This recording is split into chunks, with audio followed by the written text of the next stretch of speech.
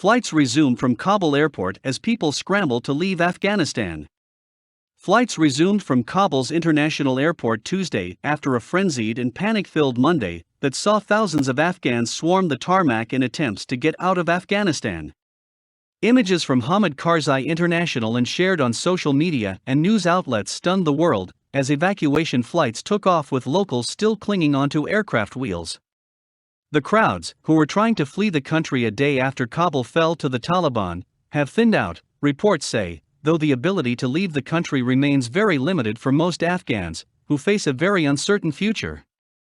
The situation is stabilizing, but obviously we are monitoring it very carefully, UK Foreign Secretary Dominic Raab told Sky News on Tuesday. I do think that the airport is more stable today than it was yesterday, and we need to make sure that we consolidate that in the days ahead. Raab said there were 600 extra personnel there among a surge of UK and US troops sent in to ensure the evacuation of diplomatic staff. He also said that Afghans who had helped UK forces were being evacuated as well.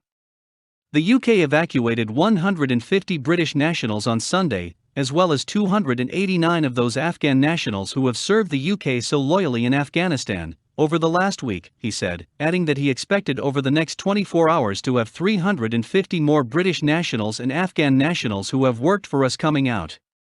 The comments came as many Afghans say they have been left behind and betrayed by the international community and their own leaders.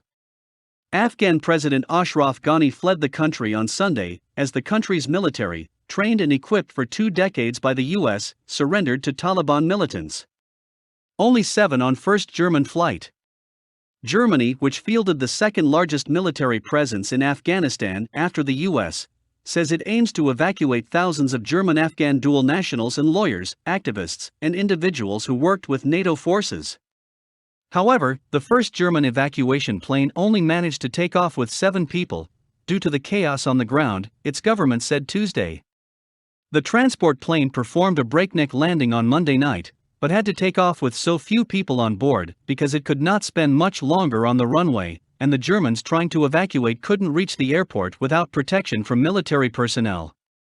We have a very chaotic, dangerous and complex situation at the airport, Defense Minister Annegret Kramp-Karrenborg told a local broadcaster, according to Reuters. We had very little time, so we only took on board people who were on site.